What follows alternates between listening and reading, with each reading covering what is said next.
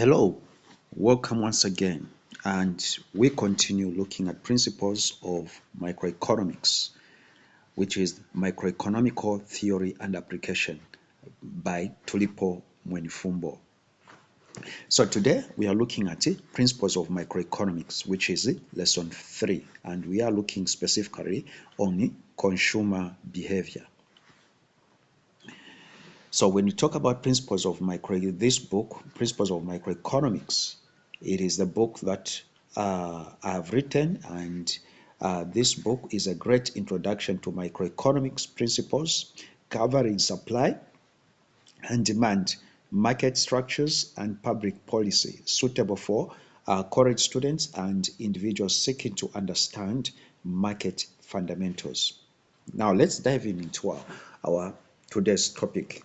Today we are looking at economical models and methods, which is consumer preference and utility, and also we are looking at demand and elasticity.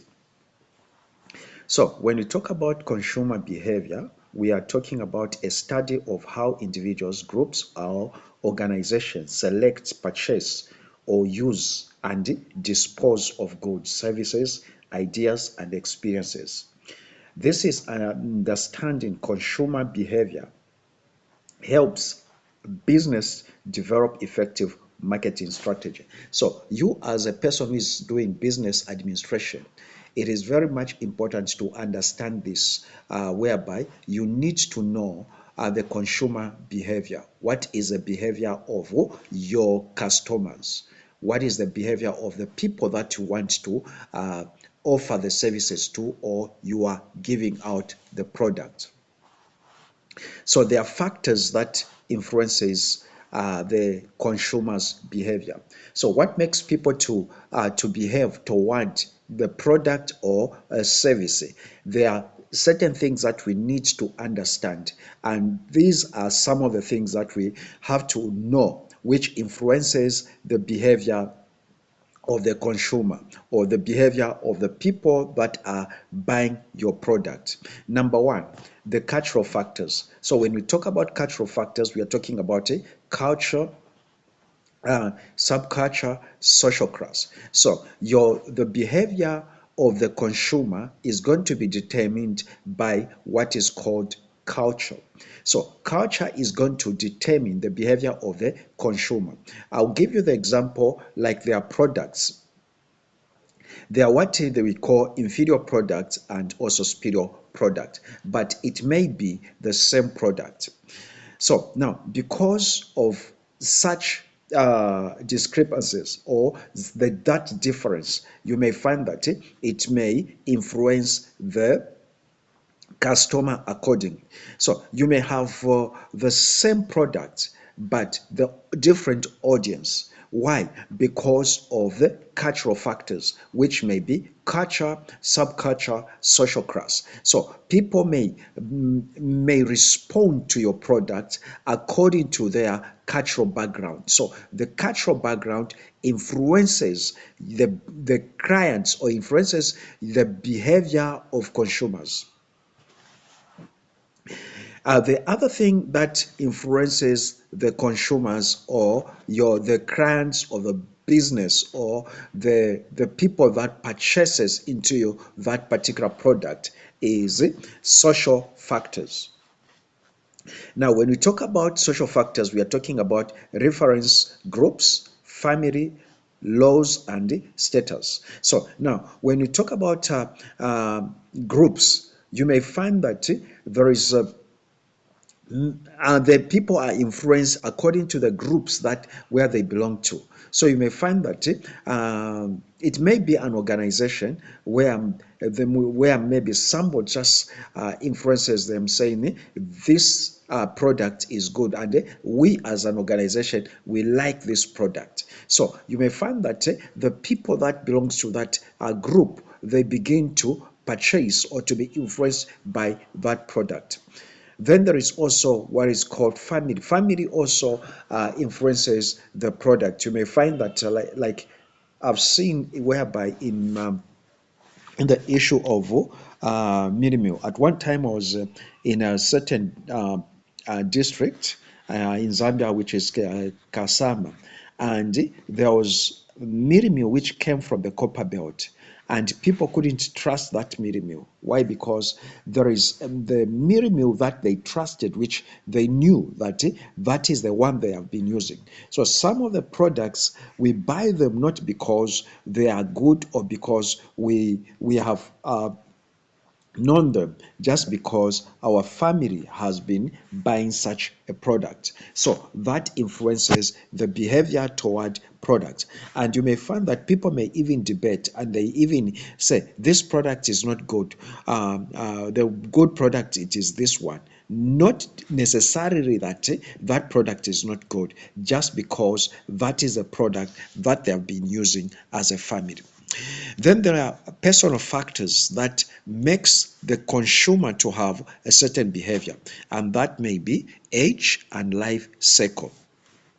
So age may influence the client, may influence the customers to be able to buy into the product or to influence them to that product. You may find that the old people, they have got a certain things that they may like, and also the young people, they may have certain things. So on personal factors, you may find that the age is very cardinal when it comes to the decisions, and also the influence that of products on consumers. Then there is occupation. You may find that occupation has got the influence. Maybe there is a certain um,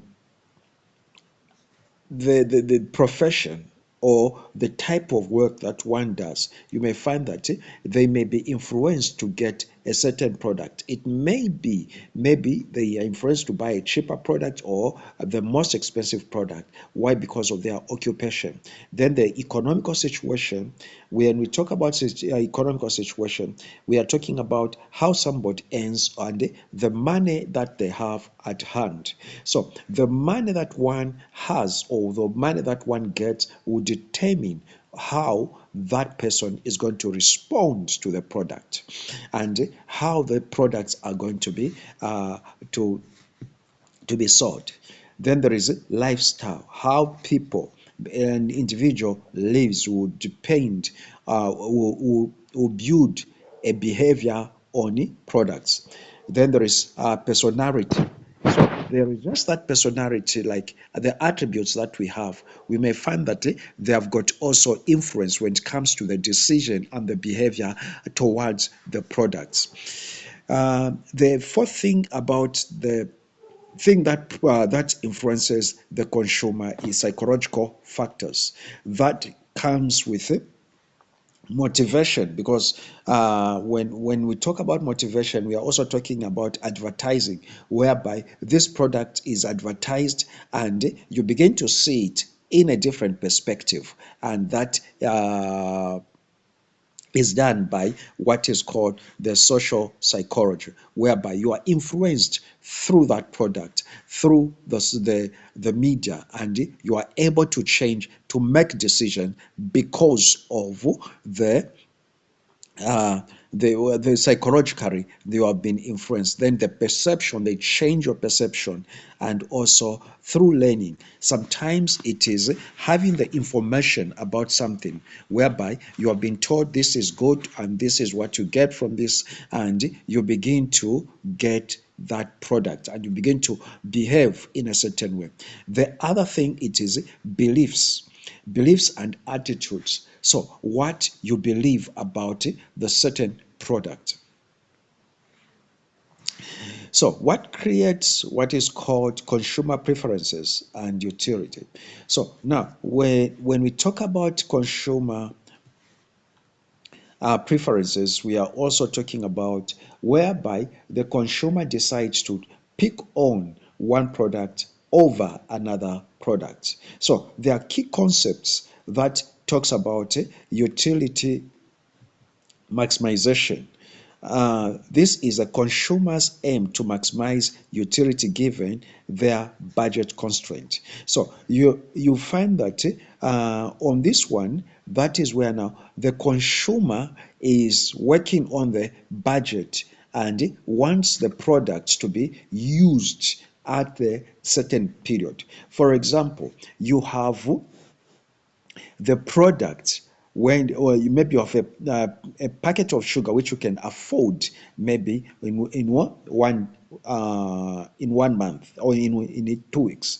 Now you want to adjust that into 1 month. So that usually happened in colleges and in schools, in boarding schools, whereby you have been given maybe the packets of sugar which you need to work out throughout the term or throughout the semester. So now that will use now to your utility maximization, and because of that is the budget that you have. So you are going to work within that budget, and you are not going to buy other products because you are in just that. Then there is what is called demand um, elasticity, which it measures the responsiveness to change in prices or income. So how the change of prices and income also will characterize a certain behavior or a certain response by the consumers on how they're going to view the product, or how the product is going to sell, and the reduction in the sales of the product. Then there is consumer surplus. When we talk about consumer surplus, we are talking about the difference between what consumers are willing to pay and what they are actually paying. So what they are willing to pay and what they are actually paying. So now, when we look at the marketing or consumer preferences, we have got what is called, or the things that influences the consumer preferences. We have got the brand equity. So some brands, they have made the name such that you go for a brand. And I want us to know that people sometimes they don't buy the product, they buy the name of the product. So the name of the product is most influential in business. So it changes the behavior of the consumers. The price also creates preferences and creates a certain behavior or response to the product. Then the other thing that influences the consumer is advertisement.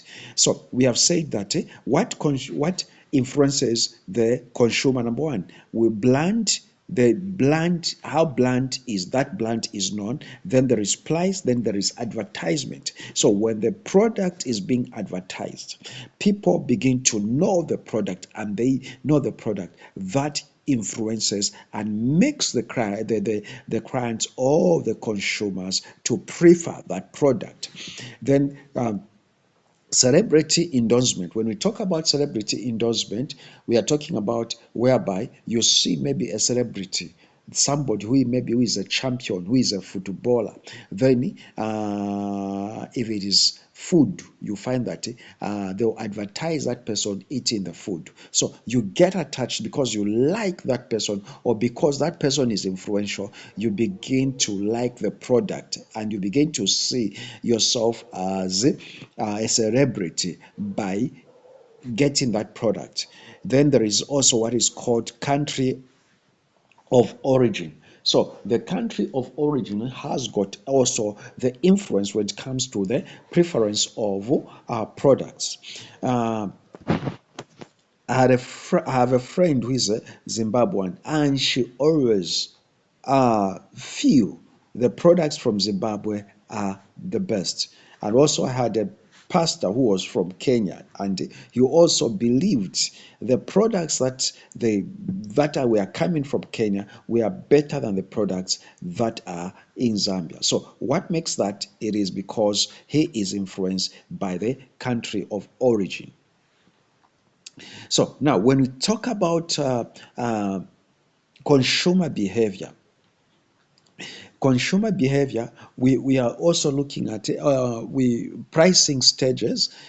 Understanding demand elasticity can inform pricing decisions. So that can help us to vary the price if we understand the uh, how people behaves toward the product. Then the policy analysis, analyzing the impact of policies on consumer welfare.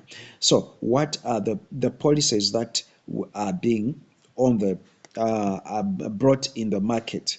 Then market research. So you need to understand as a business uh, administrators, you need to know what is called market research. How can you do the market research? Understand consumer preferences and behavior can inform market strategies.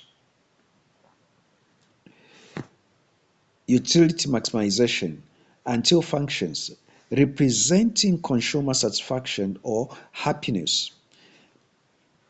Utility maximization is consumers aim to maximize utility given their budget constraint. So they want to maximize the products whereby the product is given and the people want to maximize it and to use it because that is what they can afford according to the money that they have.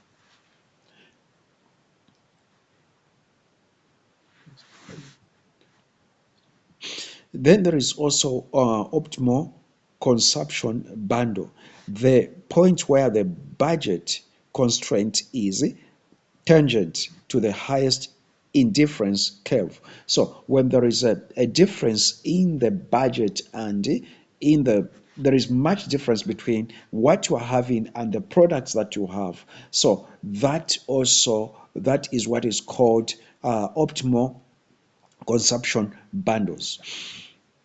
Then there is also budget constraints. Budget constraints will also, as we said, it makes the you to make a decision or the consumer's behavior. So representing the maximum amount a consumer can spend. So what will make the products to move? It is how much the consumer or how much the consumer can spend. So if they have less money, then the products then they are going to spend or they're going to use the product less. But if they have more money, you may find that even there'll be waste. Drop of budget, then sometimes it is because you have the budget has gone down, represent the trade-off between two goods. Shifts in the budget line, changes in the income.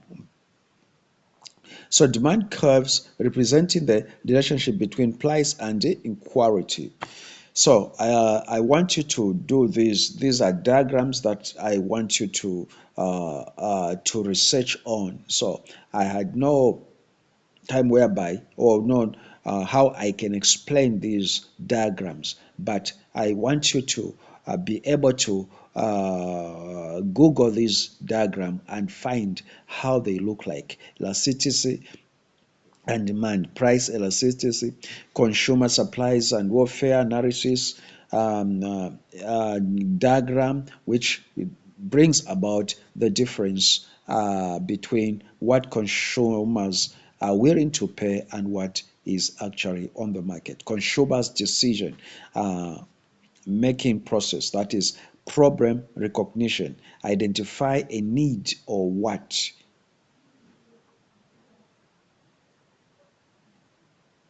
Information search, gathering information about potential solutions, evaluation of alternative comparison, consumer. So for today, we are going to end here. So if you want to find more information about what we have been talking about and what we are talking about, it is very good that you get this book, which is the Principle of Microeconomics.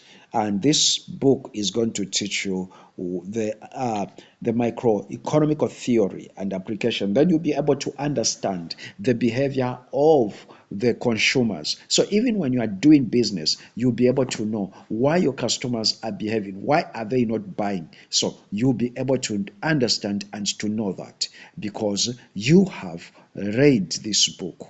Thank you so much. This is your host, Dr. Tulipo Mwenfumbo. You can contact me on +260 976 1812 53. +260 976 1812 53. You can WhatsApp me and or you can leave a comment if you want a copy, a free soft copy of this book. Thank you so much and God bless you.